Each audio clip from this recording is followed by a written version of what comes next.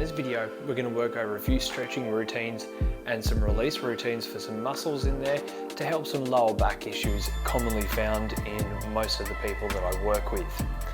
So first up though, what we have to do is figure out exactly where we're going to be working. And now I've got a simple little assessment that comes through quite quickly to allow you to understand where you need to work when you know how the muscles in the body will work together in their systems. When we've done that assessment, what you're going to need is a foam roller or something solid, like a kettlebell even would work quite well, or here a balance bottle. I like these are quite good. They double up as an incredible drink bottle as well. And what you'll need is a resistance band, usually one of the thicker ones, because you want a good amount of counteracting tension to help when you are doing your neuromuscular activation techniques. So first up, what we're going to do, come laying flat on the ground.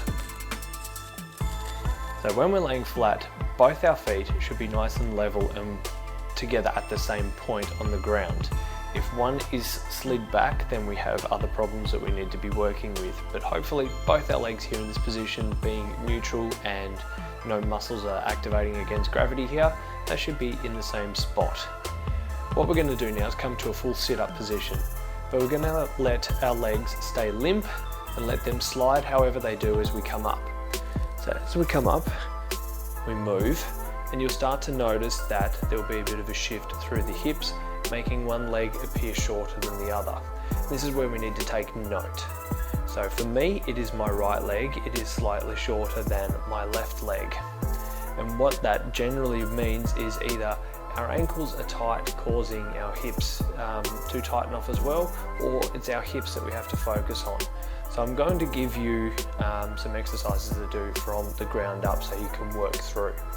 Best thing to do is assess and see after doing your ankles as to whether that has made an improvement.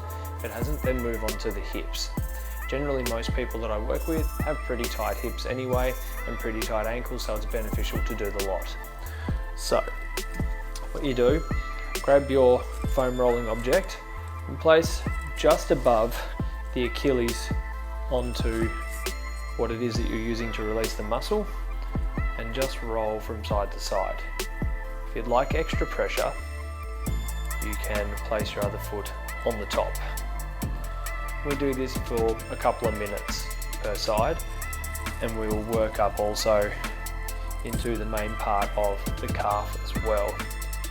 Same thing, just rolling from side to side, nice and easy, and you can also flex and extend the feet. And this changes the muscle fibers that you are working as you're going through doing this. So after a couple of minutes, what we're then going to do is get hold of our band, and it's going to come around the widest part of our feet. Now grip nice and close to the band, and the reason we do this is if it slides off your foot, then it doesn't come flying back and smack you in the face. So this keeps it nice and safe. Now, relaxing our foot, we're going to pull back on the band.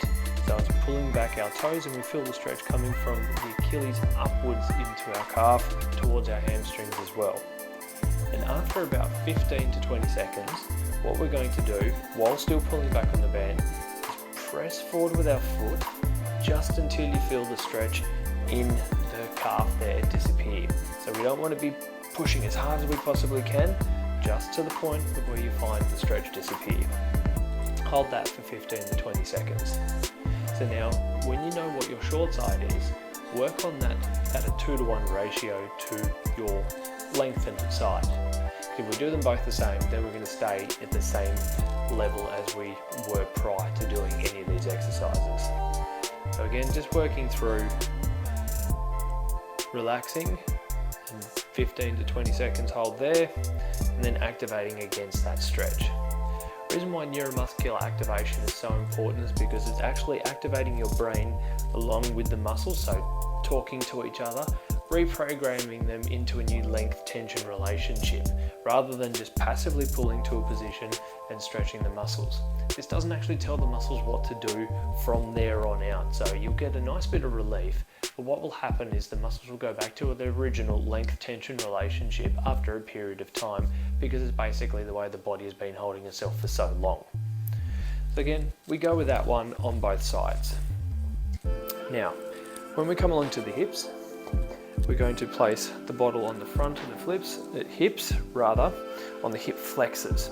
And we're also going to work into the mid part of the quad and just a little bit in between that as well, which will be the rectus femoris muscle. And we'll work on the side of the hip too, around your TFL glute medius. So you lay over the top and just roll forward and back, roughly about 1 to 2 inch sort of motions for each area that you're working. Now the further out your knee is from the bottle, the more pressure you will be applying into the hip. The closer into the bottle, the less pressure that we'll have into the hip.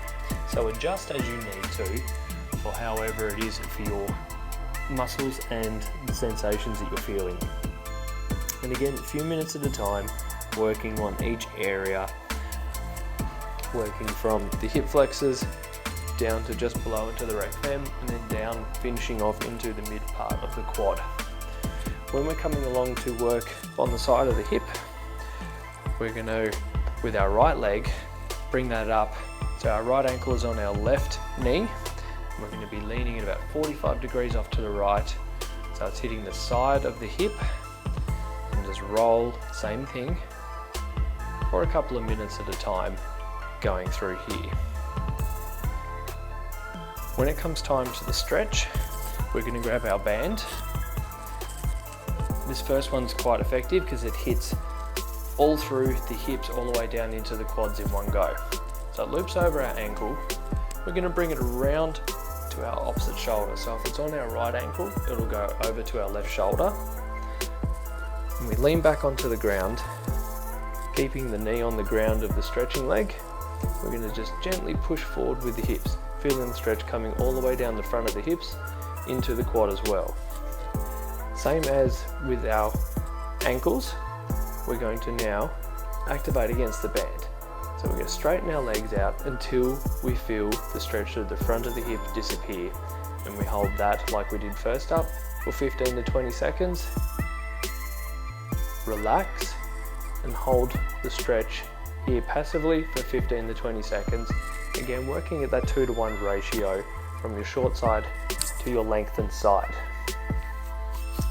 Now when we're going to come along now for doing the side of the hips, we're going to bring that right ankle up to our left knee and just apply a little bit of gentle pressure down onto the knee. You'll feel this coming through the side of the hip and potentially down under the bum as well. And that will be working through the side of the hip into your piriformis muscle as well. So with that pressure on, after 15 to 20 seconds, we're going to push up against our arm gently, again until that stretch disappears for 15 to 20 seconds, and then relax. So doing this, what you're going to notice with working that particular set of muscles around the side of the hips is going to take your knee from an internal rotation to an external rotation. So you'll notice that your knees will start to point out more towards your little toes and be from the inside of your kneecaps in line with the big toes. So you'll often see people when they're really tight through their hips, they'll have their knees cave in and it'll cause their feet to roll in too. So this is also going to help the feet to come back to a bit more of a neutral arc. So again, when we're saying a 2-to-1 ratio, probably start out at say 4 intervals of 15 to 20 seconds on and off on the short side to 2 on the lengthened side as a starting point. Have 24 hours between stretching sessions, so you should only be looking at about 3 to 4 times in the week. After about a month or 2, you should be able to dial this back to only a couple of sessions a week. But you will need to keep reassessing after every 4-week period to see how you go, because you shouldn't be sitting there doing this all the time. There needs to be time for the body to rest and to put into place the changes that you're asking it to do.